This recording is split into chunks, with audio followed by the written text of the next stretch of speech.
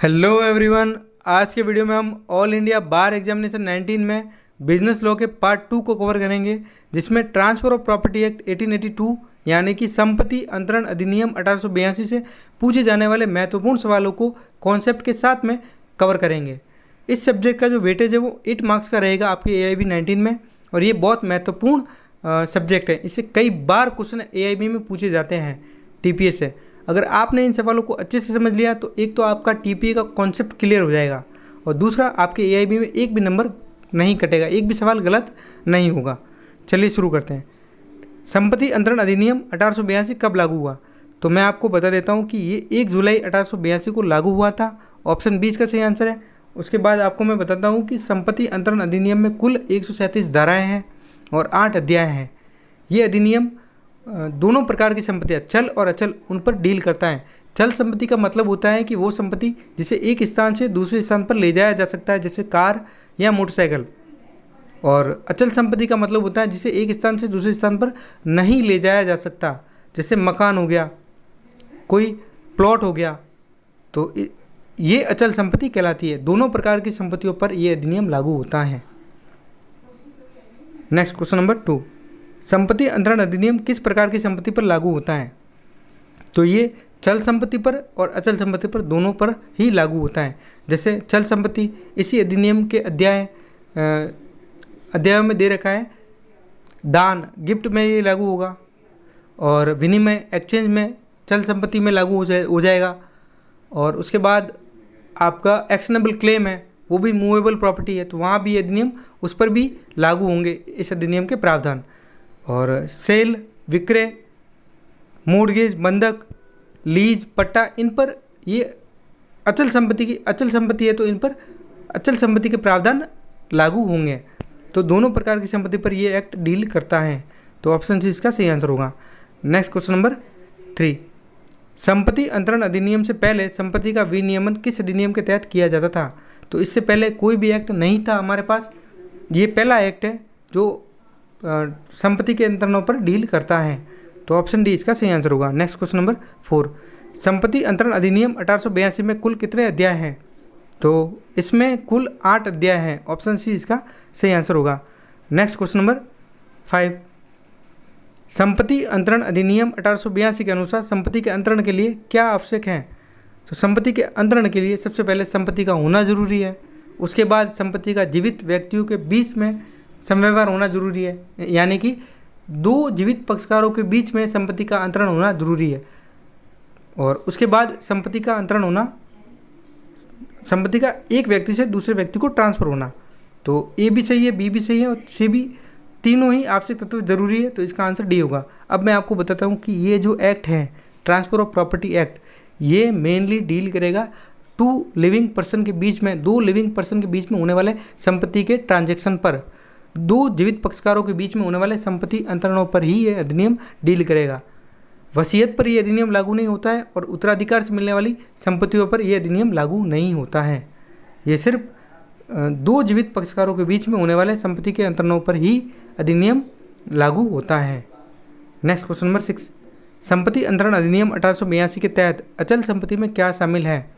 तो अचल संपत्ति को धारा 3 में डिफाइन कर रखा है इस अधिनियम में, और धारा 3 में नकारात्मक परिभाषा दे रखी है। उसमें साफ तौर पर कोई नहीं बताया गया है कि अचल संपत्ति क्या होगी, ऐसा कुछ भी नहीं बताया गया है। उसमें सिर्फ ये बताया गया है कि अचल संपत्ति में क्या नहीं आते हैं। स्टैंडिंग टिम्बर यानी कि खड़ा काष्ठ नहीं आते हैं, उगती फसलें यानी कि ग्रोइंग क्रॉप्स, और घास यानी कि ग्रास, ये तीनों नहीं आते हैं। तो हमें जानना पड़ेगा जनरल क्लोजेज एक्ट की सेक्शन 3 सबसेक्शन 28 में ये बताया गया है कि अचल संपत्ति में आएंगे भूमि, दूसरा भूमि से मिलने वाला लाभ, तीसरा भूमि से जुड़ी हुई चीज़ें, और नहीं आएगा खड़ा काष्ठ, उगती फसलें और घास। ये इसकी पूरी डेफिनेशन हो गई। तो आई होप कि आपके कॉन्सेप्ट भी क्लियर हो रहे होंगे। इसका आंसर होगा ऑप्शन डी, ये अचल संपत्ति में शामिल नहीं है, खड़ा काष्ठ, उगती फसलें और घास। नेक्स्ट क्वेश्चन नंबर 7, संपत्ति अंतरण अधिनियम 1882 के अनुसार अनुप्रमाणन किसे कहते हैं? अटेस्टेशन किसे कहेंगे? तो मैं आपको एक एग्जांपल देता हूँ। जैसे कि आप न्यायालय में गए और न्यायालय में आपके सामने मान लो कि कोई रजिस्ट्री हो रही है, मकान की रजिस्ट्री हो रही है और उसी रजिस्ट्री में 2 पक्षकार हैं और आप उस रजिस्ट्री डॉक्यूमेंट में गवाह के तौर पर साइन कर रहे हो, तो ये आप क्या कर रहे हो, ये अटेस्टेशन कर रहे हो। तो एग्जाम्पल के ज़रिए आपको समझ में आ गया होगा कि किसी तथ्य का गवाह बनना या किसी तथ्य का साक्षी होना ही क्या कहलाता है, अनुप्रमाणन कहलाता है। ऑप्शन है इसका सही आंसर होगा। नेक्स्ट क्वेश्चन नंबर 8, संपत्ति अंतरण अधिनियम के अनुसार सूचना से क्या तात्पर्य है। तो मान लो मैं आपको ये इसका एग्जाम्पल देके ही मैं आपको समझाता हूँ। ए एक व्यक्ति है जो संपत्ति खरीदने के लिए जा रहा है बी के पास में। अब ए को ये पता है कि उस संपत्ति पर कोई चार्ज है या मोर्गेज है या फिर वो संपत्ति उसकी बी की जो वाइफ है उसको मेंटेन करने के लिए उस पर वो जो है मेंटेन का भार रखा गया है उस पर। तो बी को अगर ए को पता है और फिर वो ट्रांजैक्शन करता है बी के साथ में प्रॉपर्टी का, तो फिर ये ट्रांजैक्शन जो है वो वॉइड हो जाएगा, पूरा शून्य हो जाएगा। तो सूचना का मतलब ही होता है कि किसी व्यक्ति को किसी तथ्य की वास्तविक जानकारी होना। कई बार आप देखते हो कि बोर्ड लगा हुआ होता है कि इस संपत्ति का विवाद जो न्यायालय में लंबित है, तो ये जो क्या है, ये जानकारी होती है। उसके बाद भी अगर ट्रांजैक्शन करोगे आप तो फिर वो जो ट्रांजैक्शन होगा वो वॉइड कहलाएगा। तो ऑप्शन डी इसका सही आंसर होगा। नेक्स्ट क्वेश्चन नंबर 9, संपत्ति अंतरण अधिनियम 1882 के अनुसार अनुयोज्य दावे क्या है, एक्शनेबल क्लेम क्या है। अब मैं आपको सीधा सा बता देता हूँ सरल भाषा में कि एक्शनेबल क्लेम का मतलब होता है कि आपने किसी को लोन दिया और उसके बदले में आपने कोई सिक्योरिटी नहीं ली, तो वो बन जाएगा एक्शनेबल क्लेम, यानी कि अप्रतिभूत ऋण, बिना सिक्योरिटी के दिया गया ऋण। तो ऑप्शन डी इसका सही आंसर होगा। इसे सेक्शन 3 में डेफिनेशन क्लोज में डिफाइन कर रखा है और इस पर अलग चैप्टर है, चैप्टर 8 लास्ट चैप्टर, और उसमें अनुयोज्य दावे एक्शनेबल क्लेम को उसके ऊपर पूरे प्रावधान दे रखे हैं। नेक्स्ट क्वेश्चन नंबर 10, संपत्ति अंतरण अधिनियम 1882 के अनुसार किसी अजन्मे व्यक्ति के पक्ष में अंतरण किया जा सकता है, अनबॉर्न पर्सन के पक्ष में अंतरण किया जा सकता है। मैंने आपको बताया था कि ये जो एक्ट है ये 2 जीवित पक्षकारों के बीच में ही होने वाले अंतरणों पर लागू होता है। तो फिर जो जीवित ही नहीं है, जो अभी तक जन्म ही नहीं लिया है, उस पर ये अधिनियम कैसे लागू होगा। तो उस पर भी ये अधिनियम लागू होगा। अजन्मे व्यक्ति के पक्ष में अंतरण किया जा सकता है, लेकिन उससे पहले एक प्रायर इंटरेस्ट क्रिएट करना पड़ेगा, पूर्विक हित का जो है वो निर्धारण करना पड़ेगा। फॉर एग्जाम्पल, ए को प्रॉपर्टी ट्रांसफ़र करनी है बी के बेटे को जो अभी जन्मा नहीं है, बी का बेटा जो अभी जन्मा भी नहीं है उसको प्रॉपर्टी ट्रांसफ़र करनी है ए को। तो अब जन्मा नहीं है तो डीड कैसे बनाएंगे, नहीं बना सकते, तो उससे पहले प्रायर इंटरेस्ट क्रिएट करेंगे। तो प्रायर इंटरेस्ट के लिए ए जो क्या करेगा, बी को प्रॉपर्टी ट्रांसफ़र करेगा लाइफ इंटरेस्ट के लिए, उस पर लाइफ इंटरेस्ट डालेगा, जीवन पर्यंत तक का वो जो है ट्रांसफ़र करेगा बी को। कौन करेगा, ए करेगा। फिर उसके बाद वो प्रॉपर्टी बी के बेटे को चली जाएगी। अगर बी के बेटे ने जन्म ले लिया तो जन्म लेते ही वो प्रॉपर्टी बी के बेटे में निहित हो जाएगी। तो कर सकते हैं, ट्रांसफ़र कर सकते हैं, लेकिन उससे पहले अपने को प्रायर इंटरेस्ट क्रिएट करना पड़ेगा, बस शर्त ये है। तो इसका ऑप्शन ए गलत है, बी भी गलत है, सी भी गलत है, और इस ऑप्शन डी इसका सही आंसर है। पूर्विक हित के अधीन ऐसे व्यक्ति के फायदे के लिए किया जा सकता है।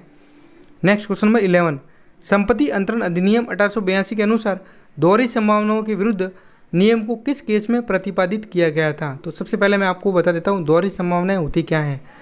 जैसे फॉर एग्जांपल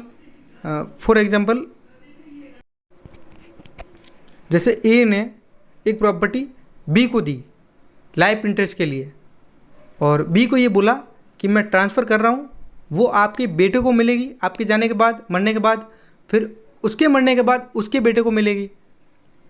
तो अब जैसे मान रहे हो, समझ रहे हो कि ए ने प्रॉपर्टी बी को दी इस उद्देश्य से कि उसके मरने के बाद वो प्रॉपर्टी उसके बेटे को जाए और उसके मरने के बाद उसके बेटे को जाए।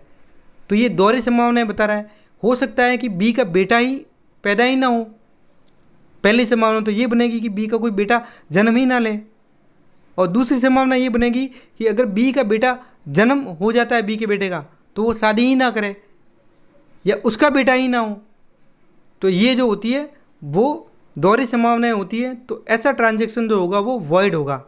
और ये हेल्ड हुआ था हेरवी वर्सेज मिचेल के केस में। ऑप्शन सी इसका सही आंसर होगा। इसे शाश्वतता के विरुद्ध नियम भी कहते हैं, ऐसा अंतरण शून्य होता है। नेक्स्ट क्वेश्चन नंबर 12, संपत्ति अंतरण अधिनियम 1882 के तहत निर्वाचन का सिद्धांत किस वाद में प्रतिपादित किया गया था? तो डॉक्ट्रिन ऑफ इलेक्शन को मैं आपको समझा देता हूँ कि एक व्यक्ति के पास में विकल्प होते हैं, दो विकल्प होते हैं, या तो वो किसी लाभ को प्राप्त कर ले या फिर संपत्ति के अंतरण को स्वीकार कर ले। फॉर एग्जाम्पल, एक्स नामक व्यक्ति ए की प्रॉपर्टी को बी को बेच रहा है और ए को भी लाभ दे रहा है। अब यहाँ पर ए के पास में विकल्प है, चाहे तो ए उस लाभ को स्वीकार करके अंतरण की स्वीकृति दे सकता है या फिर लाभ को नामंजूर करके अंतरण को खारिज करवा सकता है। तो यही होता है doctrine of election.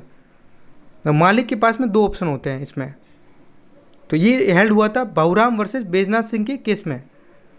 Option D इसका सही आंसर है। नेक्स्ट क्वेश्चन नंबर 13, संपत्ति अंतरण अधिनियम 1882 के तहत संपत्ति की परिभाषा किस धारा में दे रखी है? धारा 3 में डिफाइन कर रखा है। ऑप्शन बी इसका सही आंसर है। नेक्स्ट क्वेश्चन नंबर 14, संपत्ति अंतरण अधिनियम किस देश के कानून से प्रेरित है? तो ये इंग्लिश कॉमन लॉ जो था उसको आधार बना के इसको बनाया गया था, तो ये इंग्लैंड से आया था, तो ऑप्शन बी इसका सही आंसर होगा। नेक्स्ट क्वेश्चन नंबर 15, संपत्ति अंतरण अधिनियम किस प्रकार की लेन देन पर लागू नहीं होता है? नहीं होता है मतलब पारिवारिक समझौतों पर लागू नहीं होता है, वसीयत पर लागू नहीं होता है, संपत्ति उपहार मतलब गिफ्ट पर तो लागू होता है, पूरा अलग से चैप्टर है गिफ्ट पर।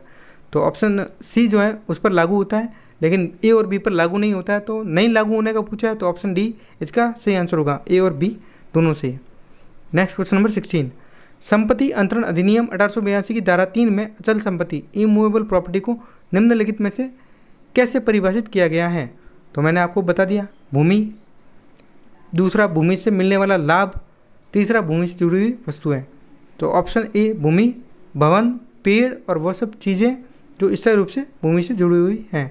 तो ऑप्शन ए इसका सही आंसर होगा। नेक्स्ट क्वेश्चन नंबर 17, संपत्ति अंतरण अधिनियम 1882 के तहत कौन सी धारा संपत्ति का सामान्य अंतरण पर आधारित है? तो धारा 5 ये कहती है कि जो पक्षकार होंगे वो जीवित होंगे और जीवित पक्षकारों के बीच में ही संपत्ति का अंतरण होगा।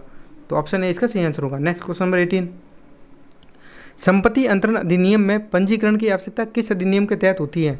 तो ये होता है रजिस्ट्रेशन एक्ट 1908, इंडियन पंजीकरण, भारतीय पंजीकरण अधिनियम 1908। ऑप्शन ए इसका सही आंसर होगा। नेक्स्ट क्वेश्चन नंबर 19, संपत्ति अंतरण अधिनियम का उद्देश्य क्या है? तो ऑप्शन ए संपत्ति के अधिकारों को संरक्षित करना, ऑप्शन बी संपत्ति के हस्तांतरण में पारदर्शिता लाना, ऑप्शन सी संपत्ति अंतरण की प्रक्रिया को विनियमित करना। तो ये तीनों ही सही है, तो ऑप्शन डी इसका सही आंसर होगा। नेक्स्ट क्वेश्चन नंबर 20, अनुज नामक व्यक्ति, इसको ध्यान से पढ़िएगा, अनुज नामक व्यक्ति जो कि एक हिंदू है, पंकज का पुत्र है, दोनों पिता पुत्र हैं, पंकज पिता है तो अनुज पुत्र है, दोनों के बीच में संपत्ति का विभाजन होता है जिसमें एक मकान पिता पंकज के हिस्से में आता है। कालांतर में अनुज उस मकान को रहीम नामक व्यक्ति को बेच रहा है और किंतु बाद में पंकज की मृत्यु हो जाती है, उक्त मकान उत्तराधिकार में अनुज को मिल जाता है। लेकिन अब अनुज ये बताकर कि विक्रय में उस समय उसे उक्त मकान का विक्रय का अधिकार उसके पास में नहीं था, रहीम को मकान का अंतरण नहीं करता है, तो बताओ क्या ये वैध है? इसके संबंध में संपत्ति अंतरण अधिनियम का कौन सा सिद्धांत लागू होता है? तो वो सिद्धांत लागू होगा विबंध द्वारा प्रतिपोषण का सिद्धांत। विबंध एस्टोपल ये होता है कि एक समय में यदि कोई व्यक्ति एक बात बोल रहा है और दूसरे समय में उसके विपरीत बात बोल रहा है, तो दूसरे समय में उसे विपरीत बात बोलने से रोक दिया जाएगा। पहले उसने क्या बोला रहीम से कि वो जो संपत्ति है वो रहीम को बेच रहा है, वो उसकी है, जो अभी तक उसकी नहीं हुई थी वो उसके पिता की थी। फिर उसके बाद में उत्तराधिकार के उस माध्यम से उसके पास में आती है और फिर वो मना कर देता कि मैं नहीं बेचूंगा, तो फिर यहाँ पर उसको रोक दिया जाएगा क्योंकि पहले आपने उसको बेचा था रहीम को, ये बता कर कि वो संपत्ति उसकी है। तो ये विबंध द्वारा प्रतिपोषण का सिद्धांत है, तो ऑप्शन बी इसका सही आंसर होगा। और आपको विबंध द्वारा प्रतिपोषण का सिद्धांत भी समझ में आ गया होगा इस एग्जाम्पल के जरिए। नेक्स्ट क्वेश्चन नंबर 21, संपत्ति अंतरण अधिनियम 1882 के अनुसार बंधक में क्या अंतरित होता है? तो मैं आपको बता देता हूँ कि इस अधिनियम में विक्रय में अंतरित होगा स्वामित्व, और बंधक में अंतरित होगा इंटरेस्ट, हित अंतरित होगा, पट्टे में अंतरित होगा अधिकार। तो अलग अलग वर्ड जो है वो यूज किए गए हैं। तो बंधक में हित का अंतरण होगा, ऑप्शन डी इसका सही आंसर होगा। नेक्स्ट क्वेश्चन नंबर 22, संपत्ति अंतरण अधिनियम 1882 में बंधक को कुल कितने प्रकार, बंधक के कितने प्रकार है, मोर्गेज के कितने टाइप्स हैं? तो कुल 6 प्रकार हैं। मैंने बताया 6 प्रकार लिखे भी हैं। सादा बंधक, सिंपल मोर्गेज, सशर्त विक्रय द्वारा बंधक, भोग बंधक, अंग्रेजी बंधक, हक विलेखों के निक्षेप द्वारा बंधक, विलक्षण बंधक। अब सादा बंधक यानी कि इसके लिए कोई भी डॉक्यूमेंट डीड बनाने की ज़रूरत नहीं पड़ती है हालांकि। और फिर सेकंड सशर्त विक्रय द्वारा बंधक, इसमें एक व्यक्ति बंधक संपत्ति का विक्रय इस शर्त पर करता है कि अगर वो पैसा लौटा देगा, मोर्गेज संपत्ति को छुड़ा लेगा, तो वो विक्रय कैंसिल हो जाएगा, अपने आप निरस्त हो जाएगा। फिर उसके बाद में होता है भोग बंधक। भोग बंधक में होता है कि संपत्ति का जो लाभ है उसमें से उसके जो लोन लिया है उसके पैसे कटते रहेंगे।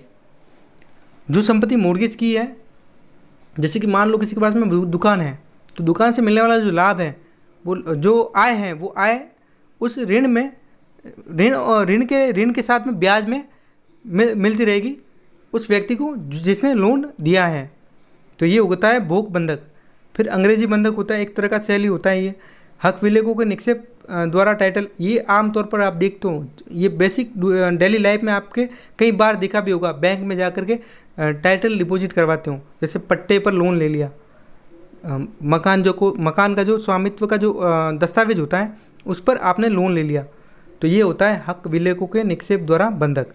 फिर एक विलक्षण बंधक होता है, इसके अंदर होता है सभी प्रकार की, जैसे दो से अधिक बंधक की शर्तें जो होती है वो मिक्स होते हैं। जैसे सादा बंधक और सशर्त बंधक दोनों एक साथ में हो गया, और भोग बंधक और हक विलेखों के निक्षेप द्वारा बंधक, इन दोनों को एक साथ में मिला के बंधक बना दिया, तो ये विलक्षण बंधक के अंदर आएगा, आएगा। नेक्स्ट क्वेश्चन नंबर 23, सुरेश, प्रकाश और नितिन अपनी संपत्तियों को मनोहर के पास बंधक रखकर संयुक्त रूप से 30,000 रुपये का ऋण प्राप्त करते हैं।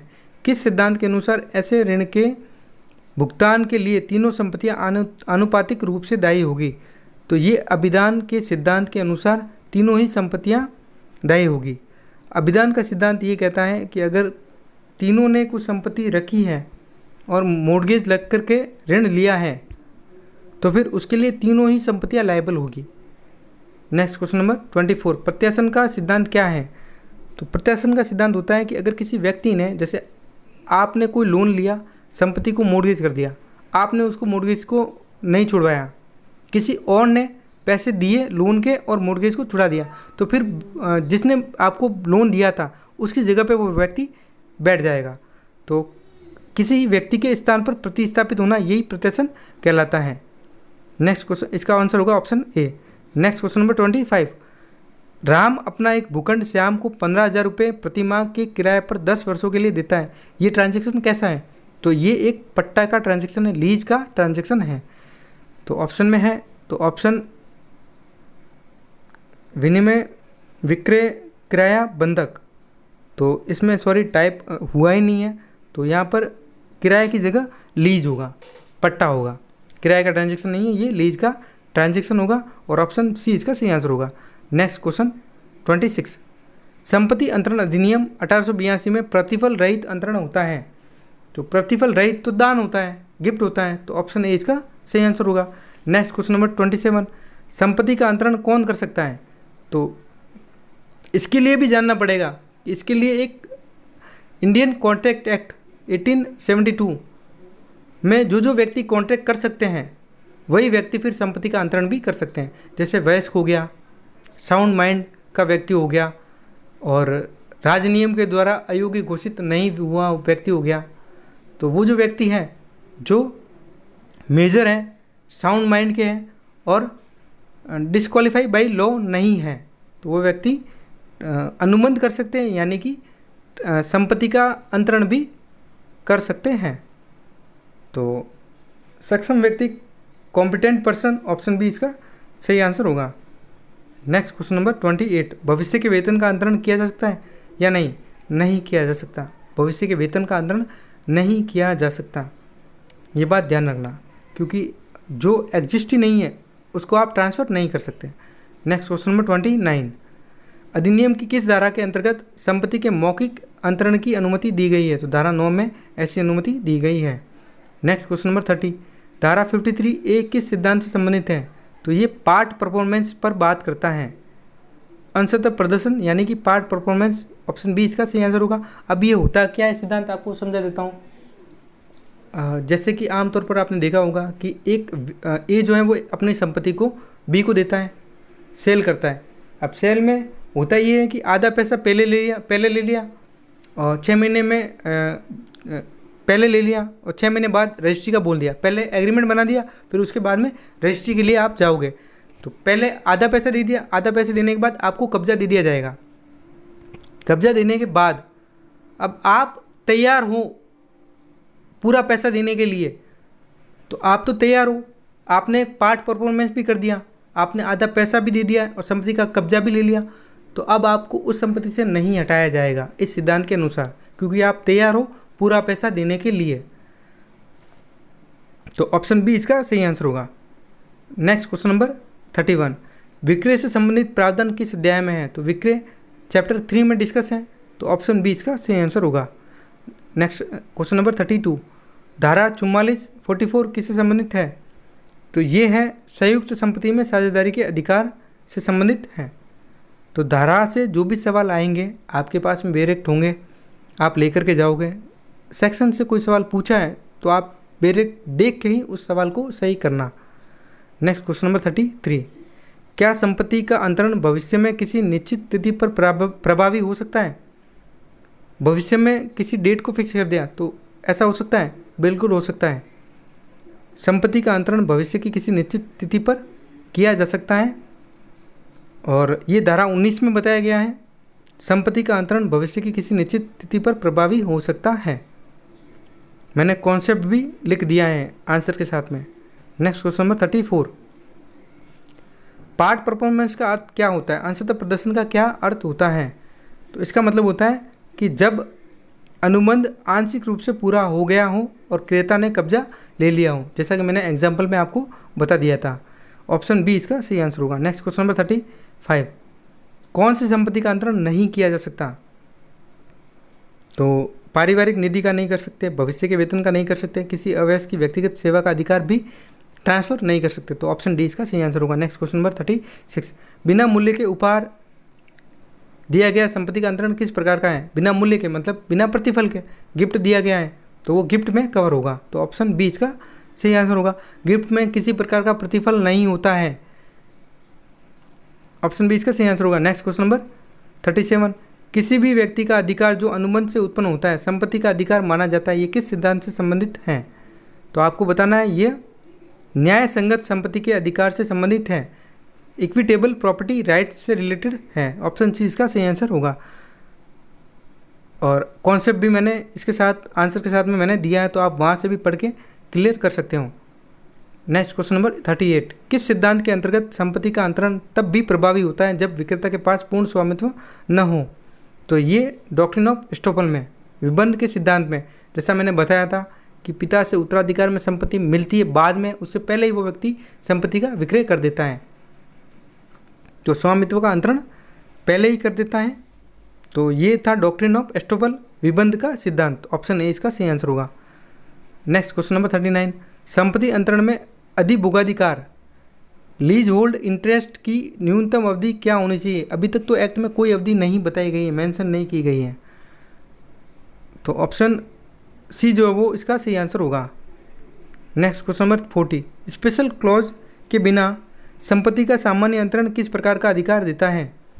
तो संपत्ति के सभी प्रकार के अधिकार, संपत्ति से संबंधित सभी प्रकार के राइट वो देगा, तो ऑप्शन बी इसका सही आंसर होगा। नेक्स्ट क्वेश्चन नंबर 41, दृश्यमान स्वामी ऑस्टेंसिबल ओनर का सिद्धांत किस स्थिति में लागू होगा? तो ऑस्टेंसिबल ओनर जो होता है वो दिखने में मालिक दिखता है, लेकिन वास्तव में होता नहीं है। जैसे मान लो ए ने अपनी प्रॉपर्टी बी को रख रखाव के लिए दे दी और ये बोला कि आपके पास में रखो, ये संपत्ति आपके नाम की है, और उसी के नाम से वो प्रॉपर्टी ले ली, लेकिन पैसा जो वो इन्वेस्ट किया था ए ने किया था, संपत्ति बी के नाम से ली है।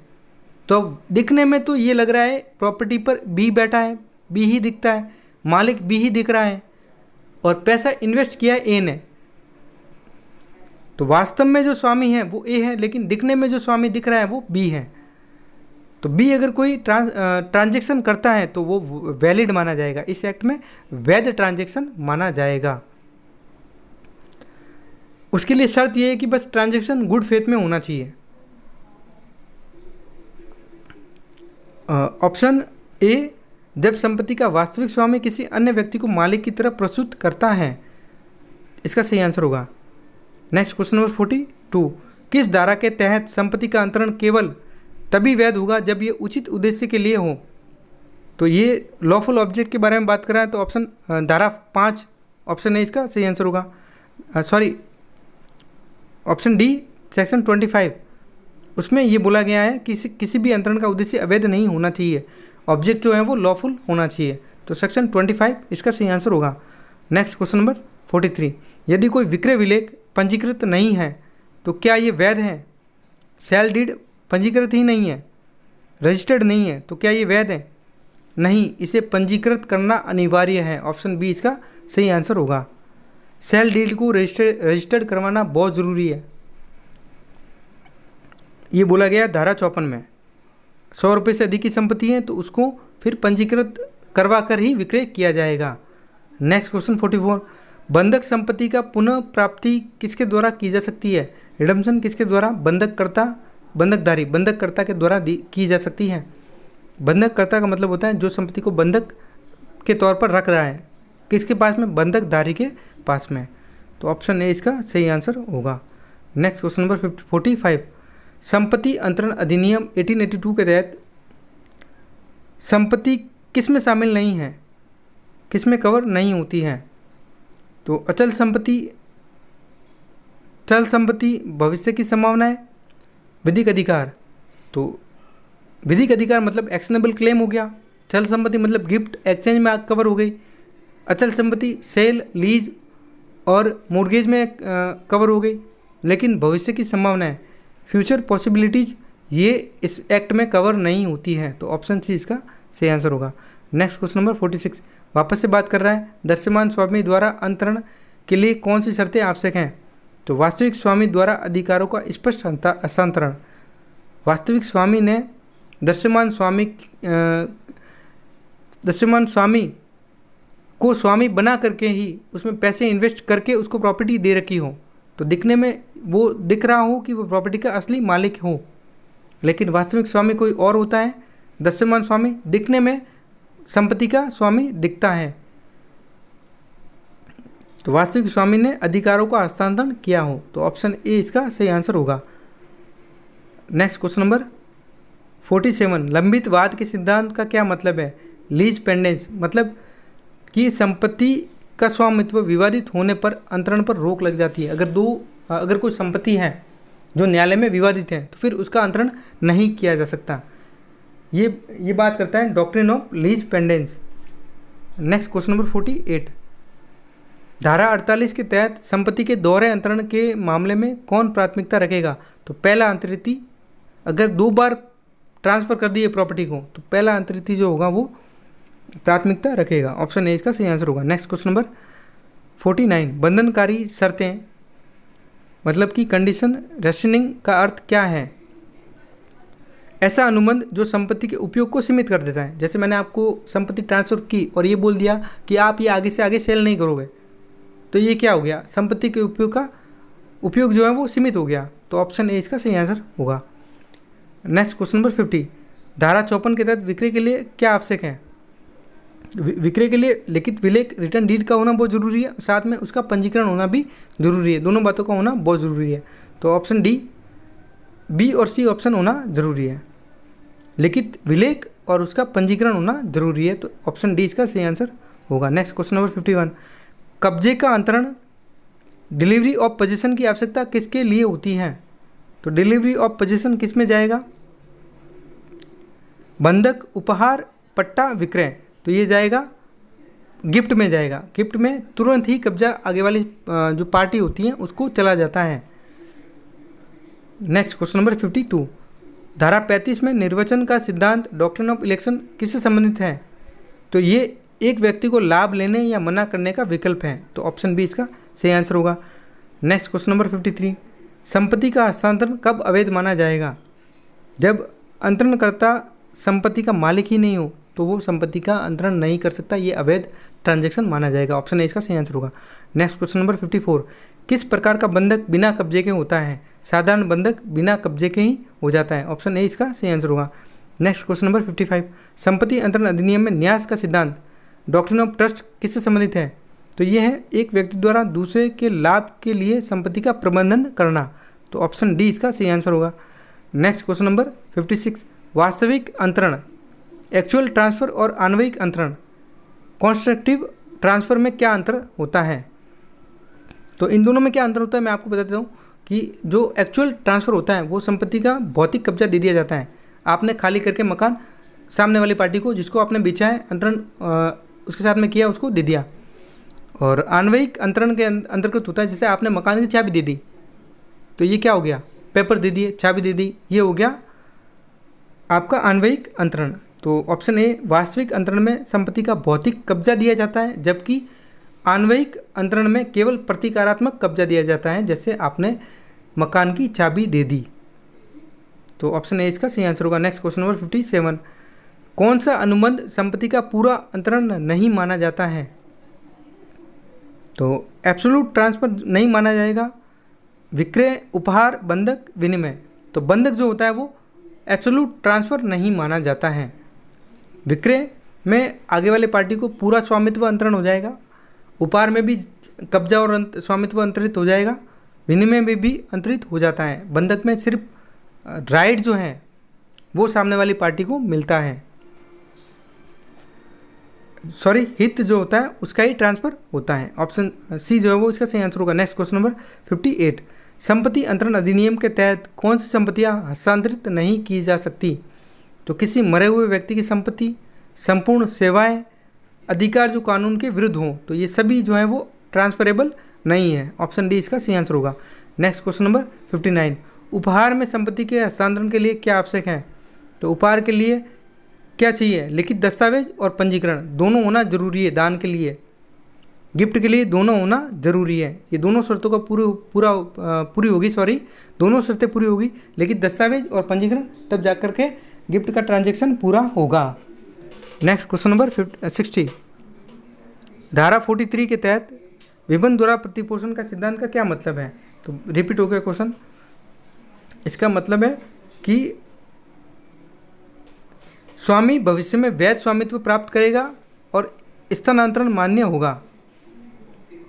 इस्टोपल की बात कर रहे हैं, तो इस्टोपल में वही मैंने आपको वो पिता पुत्र वाला एग्जाम्पल, पहले एग्जाम्पल में मैंने क्वेश्चन में बताया था कि संपत्ति उसके पास में नहीं होती है, बाद में उत्तराधिकार के माध्यम से उसके पास में आती है, उसके पहले ही वो संपत्ति को बेच देता है, तो फिर वो जो ट्रांजैक्शन होगा वो वैध होगा।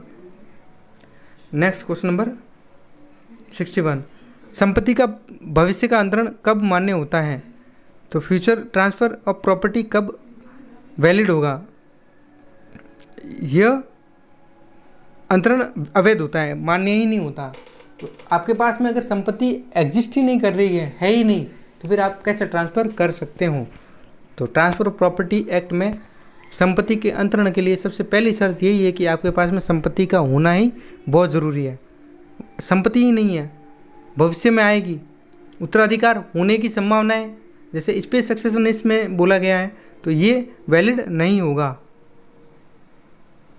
नेक्स्ट क्वेश्चन नंबर 62, धारा 45 के तहत संपत्ति के साझा अधिकार में लाभ कैसे वितरित किया जाएगा? तो स्वस्वामी अपनी निवेशित राशि के अनुपात में लाभ लेंगे, आपस में बांट देंगे, तो ऑप्शन बी इसका सही आंसर होगा। नेक्स्ट क्वेश्चन नंबर 63, विनिमय के तहत संपत्ति का हस्तांतरण किस धारा में आता है? तो विनिमय बताया गया 118, ऑप्शन ए इसका सही आंसर होगा। नेक्स्ट क्वेश्चन नंबर 64, धारा 108 के तहत पट्टेदार के कौन से अधिकार नहीं होते हैं? तो पट्टेदार का अधिकार नहीं हुआ, संपत्ति को नुकसान नहीं पहुंचाएगा, तो ऑप्शन बी इसका सही आंसर होगा। नेक्स्ट क्वेश्चन नंबर 65, किस धारा के तहत विक्रय का पंजीकरण आवश्यक नहीं है? तो विक्रय का पंजीकरण 100 रुपये से अधिक के आवश्यक है। कब आवश्यक होगा? जब संपत्ति का मूल्य 100 रुपये से ज़्यादा है। तो ऑप्शन ए इसका सही आंसर होगा। ये धारा 54 बताती है। नेक्स्ट क्वेश्चन नंबर 66, धारा 56 के तहत बिक्री का लाभ किसे दिया जाता है? खरीदार को दिया जाएगा। ऑप्शन ए इसका सही आंसर होगा। नेक्स्ट क्वेश्चन नंबर 67, विलक्षण बंधक किस धारा के तहत आता है? तो ये आता है 58G में, इसे डिफाइन कर रखा है। तो ऑप्शन ए इसका सही आंसर होगा। नेक्स्ट क्वेश्चन नंबर 68, धारा 55 के अनुसार विक्रेता का कौन सा कर्तव्य नहीं है? तो विक्रेता का कर्तव्य नहीं है वो बताना है आपको। विक्रेता का कर्तव्य नहीं है खरीदार को दोषपूर्ण संपत्ति बेचना। विक्रेता का कर्तव्य है, इसमें ये बताना है आपको कि कर्तव्य क्या है उसका। तो उसका कर्तव्य है कि जो भी बायर है प्रॉपर्टी का, उसको आपको ये बताना है कि उस संपत्ति में कोई भी प्रकार का किसी भी प्रकार का दोष नहीं है, किसी भी प्रकार का दोष नहीं है। विक्रेता का कर्तव्य है कि खरीदार को ये बताए, सही जानकारी दे उसको। नेक्स्ट क्वेश्चन नंबर 69, विनिमय में अगर एक पार्टी का शीर्षक दोषपूर्ण हो तो दूसरा पक्ष क्या कर सकता है? तो दूसरा पक्ष क्षतिपूर्ति का दावा कर सकता है। तो ऑप्शन बी इसका सही आंसर होगा। नेक्स्ट क्वेश्चन नंबर 70, धारा 106 के तहत पट्टे की अवधि का निर्धारण कैसे किया जाता है? तो ये किया जाता है कानून द्वारा निर्धारित मानक अवधि को ध्यान में रखते हुए। ऑप्शन सी इसका सही आंसर होगा। नेक्स्ट क्वेश्चन नंबर 71, धारा 53 के अंतर्गत धोखाधड़ी पूर्ण अंतरण जो है वो कब अवैध माना जाएगा? तो जब ये ट्रांसफ़र लेनदारों को नुकसान पहुंचाने के उद्देश्य से किया गया हो तो ऐसा ट्रांसफ़र अवैध माना जाएगा। नेक्स्ट क्वेश्चन नंबर 72, विशेष अधिकारों का हस्तांतरण के तहत संपत्ति का हस्तांतरण किस प्रकार किया जाता है? ऑप्शन ए किसी न्यायालय के आदेश से, लिखित अनुबंध के माध्यम से। तो ऑप्शन बी लिखित अनुबंध के माध्यम से ही किया जाएगा। ऑप्शन बी इसका सही आंसर होगा। नेक्स्ट क्वेश्चन नंबर 73, संपत्ति का हस्तांतरण बिना मालिक की अनुमति के संपत्ति का हस्तांतरण बिना मालिक की अनुमति के कब अवैध माना जाता है? तो कब अवैध माना जाएगा? जब मालिक की स्पष्ट अनुमति नहीं होगी। तो ऑप्शन सी इसका सही आंसर होगा। नेक्स्ट क्वेश्चन नंबर 74, संपत्ति अंतरण अधिनियम 1882 का मुख्य उद्देश्य क्या है? तो इसका मुख्य उद्देश्य है संपत्ति के अंतरण के सभी विधिक प्रक्रियाओं को व्यवस्थित करना। तो ऑप्शन सी जो है वो इसका सही आंसर होगा। नेक्स्ट क्वेश्चन नंबर 75, संपत्ति अंतरण अधिनियम 1882 को कब संशोधित किया गया था? 1950 में संशोधित अमेंडमेंट किया गया था। नेक्स्ट क्वेश्चन नंबर 76, संपत्ति अंतरण अधिनियम 1882 का क्षेत्र क्या है? तो ये सभी प्रकार की संपत्तियों पर लागू होता है, चल अचल। तो ऑप्शन बी इसका सही आंसर होगा। नेक्स्ट क्वेश्चन नंबर 77, संपत्ति अंतरण अधिनियम 1882 के तहत संपत्ति का अंतरण किस प्रकार से होता है? तो केवल लिखित समझौते के द्वारा ही होता है। ऑप्शन ए इसका सही आंसर होगा। नेक्स्ट क्वेश्चन नंबर 78, संपत्ति अंतरण अधिनियम 1882 में अनुबंध से संबंधित कौन सा प्रावधान है? तो धारा 2 ये बात करती है कि संपत्ति अंतरण अधिनियम को लागू करने के लिए इंडियन कॉन्ट्रैक्ट एक्ट भारतीय अनुबंध अधिनियम 1872 की सहायता पड़ेगी।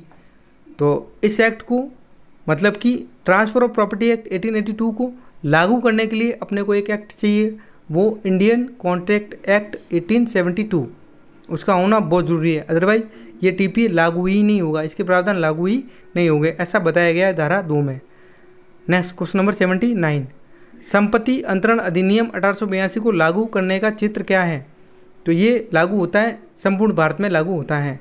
तो ऑप्शन है इसका सही आंसर है। नेक्स्ट क्वेश्चन नंबर 80, संपत्ति अंतरण अधिनियम 1882 के बाद संशोधन के बाद क्या बदलाव हुए थे? तो बंधक और विक्रय को लेकर के इसमें बदलाव संशोधन किए गए थे, उसको सख्त कर दिया गया था। तो ऑप्शन बी इसका सही आंसर होगा। नेक्स्ट क्वेश्चन नंबर 81, स्पेस सक्सेशनिस्ट का क्या अर्थ होता है? तो इसका अर्थ होता है भविष्य में संपत्ति पर अधिकार की आशा रखना। तो इसको ये ट्रांसफरेबल भी नहीं है, इसको ट्रांसफ़र नहीं किया जा सकता।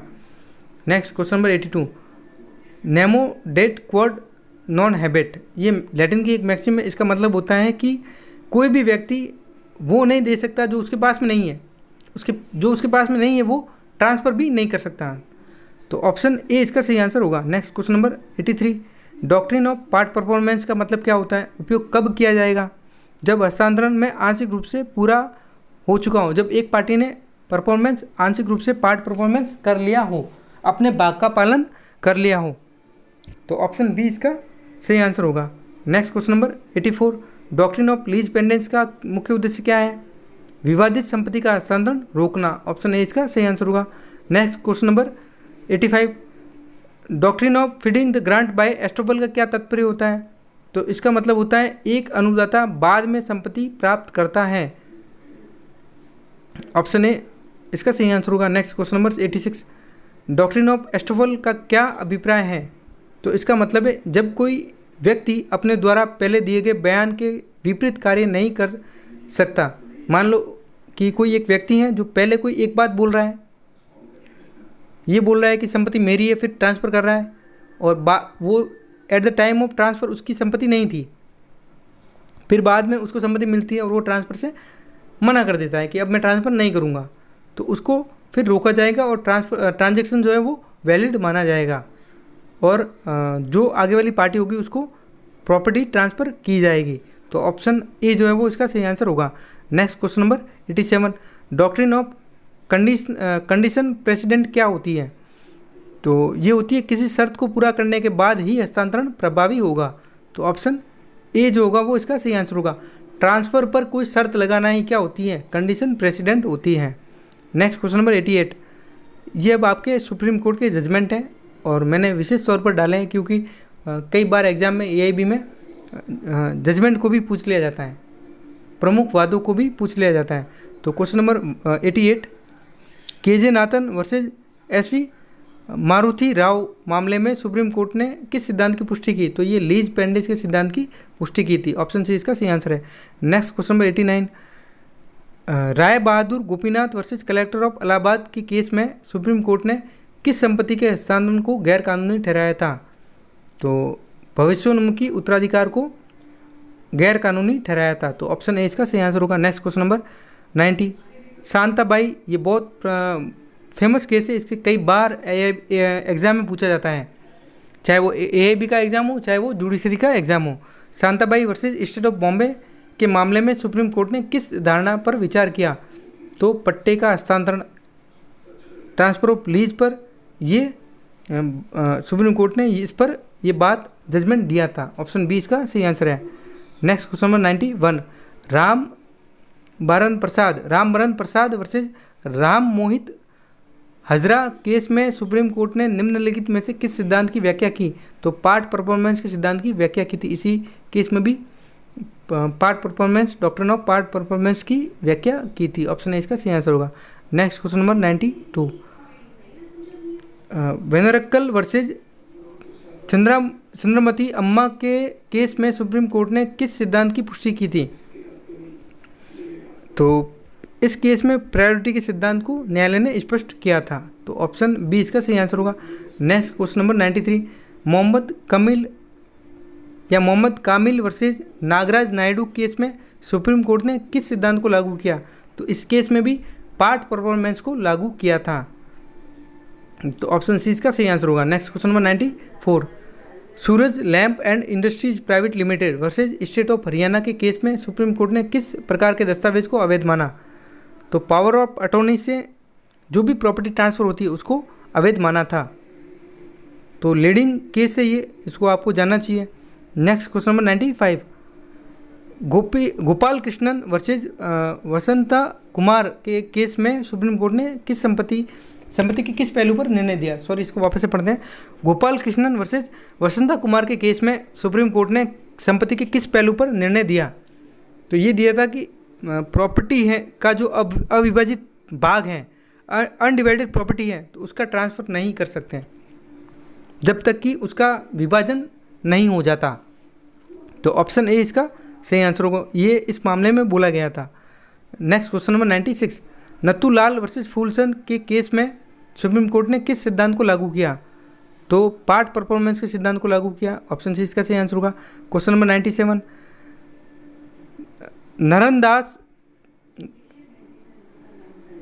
नरनदास करसोनदास वर्सेज ऐसे कामतम एंड अनदर्स केस में सुप्रीम कोर्ट ने किस सिद्धांत की पुष्टि की? तो इसमें इस केस में सेल डीड जो होगी उसमें स्वामित्व का अंतरण होगा। अगर स्वामित्व का अंतरण नहीं हो रहा है, ओनरशिप ट्रांसफ़र नहीं हो रही, तो फिर सेल डीड एग्जीक्यूट नहीं की जाएगी। तो बिक्री विलेख के बिना स्वामित्व का अंतरण नहीं हो सकता। अगर स्वामित्व का आपको अंतरण करना है तो उसके लिए आपको सेल डीड बनानी ही पड़ेगी। इस केस में हेल्ड हुआ था। ऑप्शन बी इसका सही आंसर है। Next question number 98।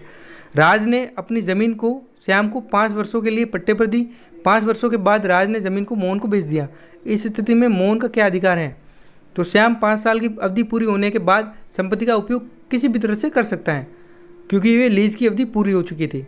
Next question, इसका सही आंसर होगा option B. Next question number 99। Ram ने अपनी संपत्ति अपने बेटे लक्ष्मण को इस शर्त पर उपहार में दी कि लक्ष्मण उसे जीवन भर अपने साथ रखेगा। लक्ष्मण ने संपत्ति प्राप्त करने के बाद राम को घर से बाहर निकाल दिया। क्या ये उपहार वैध है? ये उपहार वैध नहीं होगा, क्योंकि इसके साथ में शर्त लगी हुई थी और उस शर्त का वॉयलेशन हो गया है। तो ऐसा जो ट्रांजैक्शन होगा वो वॉइड डिक्लेयर कर दिया जाएगा। तो इसका आंसर होगा option B. Next question. Sita ने अपनी ज़मीन गीता को उपहार में दी, लेकिन गीता ने उपहार को स्वीकार करने से इनकार कर दिया। तो क्या अंतरण मान्य होगा? ट्रांजैक्शन वैलिड होगा? नहीं होगा, क्योंकि सामने वाले व्यक्ति ने स्वीकार ही नहीं किया गिफ्ट को। तो ऑप्शन बी इसका सही आंसर होगा। तो ये थे आपके 100 क्वेश्चन जो मैंने आपके कॉन्सेप्ट के साथ में आपको क्लियर करवाए हैं। तो इससे एक तो आपके टीपी के कॉन्सेप्ट क्लियर हो गए, और अब इनमें से कोई भी सवाल AIB 19 में पूछा जाएगा तो आपका एक भी सवाल गलत नहीं होगा। और मैं दावे के साथ कहता हूँ कि इनसे बाहर कोई भी सवाल नहीं आएगा AIB 19 में। धन्यवाद।